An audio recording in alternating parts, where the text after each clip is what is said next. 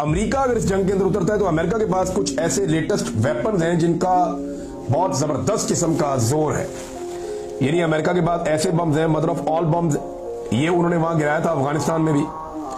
9000 KG से लेकर 13500 KG तक का वजन है इन बमों का जो अमेरिका इस्तेमाल करता है। और ये बम जो है वो जेरे जमीन को 200 फुट तक अंदर भी अगर आप चले जाए तो वहां तक के बंकर्स को भी तबाह कर देता है। अब अगर इस किस्म के मजबूत बंकर्स बनाए गए हैं और ऐसे बमों का अमेरिका इस्तेमाल करता है तो फिर मेरा नहीं ख्याल कि ये बंकर्स टिक पाएंगे। और अगर तो ईरान ने इससे बेहतर कोई बंदोबस्त किया हुआ है, उनकी इंटेलिजेंस बेहतर तरीके से काम कर रही है, तो फिर हो सकता है कि अमेरिका को भी इस लड़ाई के अंदर नुकसान हो जाए। लेकिन मैं फिर आपसे कहूंगा कि अगर ये लड़ाई फैलती है, इसके अंदर दीगर स्टेक होल्डर्स आ जाते हैं। देखिए, ईरानी लड़ने वाली कौम है, इनकी हजारों साल की तारीख है लड़ने की। ये बहुत पुराने लड़ाका है। आपको याद होगा बहुत बड़ी फोर्सेस थी नबी अकरम सल्लल्लाहु अलैहि वसल्लम के दौर में भी। एक फोर्स थी ये फारस और दूसरी थी रोमन्स।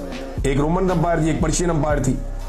तो ये यही ईरान है और यही खित्ता है। इनकी लड़ने की बहुत पुरानी तारीख है। लड़ाका तो ये है, अगर इन्हें हथियार मिलते रहे तो ये मुकाबला कर सकते हैं। लेकिन क्या इन्हें हथियार मिलते रहेंगे, ये एक बहुत बड़ा सवाल है। इसमें अगर चाइना या रशिया मदद करते हैं तो वो कौन से रास्ते इख्तियार करेंगे, इसके ऊपर हम फ्यूचर में बात करेंगे।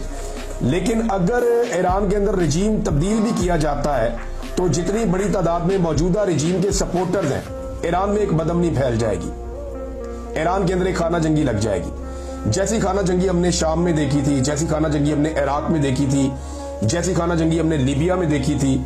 और अगर वो सूरत हाल बन जाती है तो पाकिस्तान के लिए मुश्किल फिर बढ़ जाएगी। इससे पहले भी पाकिस्तान के हमसाया अफगानिस्तान के अंदर जितनी बदअमनी रही उसके नुकसानात पाकिस्तान में आते रहे और पाकिस्तान में दहशतगर्दी बहुत ज्यादा बढ़ गई।